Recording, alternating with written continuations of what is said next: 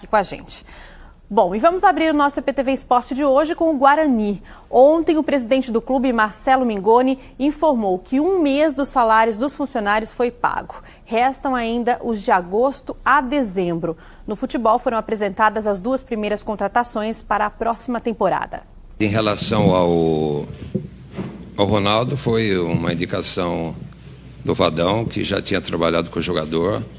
Um jogador com bastante força, um jogador de área e veio muito bem recomendado. O André Leone, a gente como apaixonado de futebol, a gente acompanha ele há muito tempo.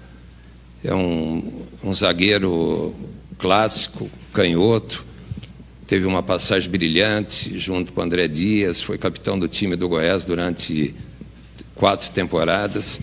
Aí se transferiu para o Braga. Eu acho que daqui para frente nós temos que pensar no melhor para o Guarani, sabe? Então eles vieram, como outros virão.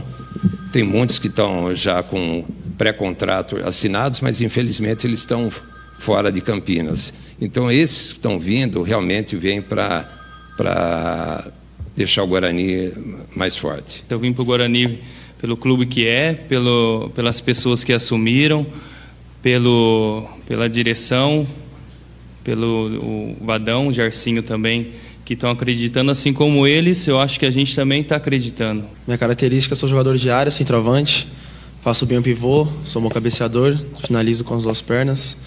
E vim para o Guarani porque, primeiramente, é um time grande, bastante torcida, muita visibilidade, tanto no cenário nacional quanto estadual. Os salários dos funcionários, nós quitamos o mês de julho, e amanhã, se tudo der certo, deveremos quitar o mês de agosto. O Guarani pode anunciar ainda a contratação de Fernando Fumagalli, meio-campo que estava no Americana e já jogou pelo time de Campinas no início dos anos 2000. Outro nome comentado nos bastidores, mas de difícil acerto, é o do atacante Roger, que pertence ao Cajiwa Reysol. O clube busca parcerias para viabilizar essa negociação.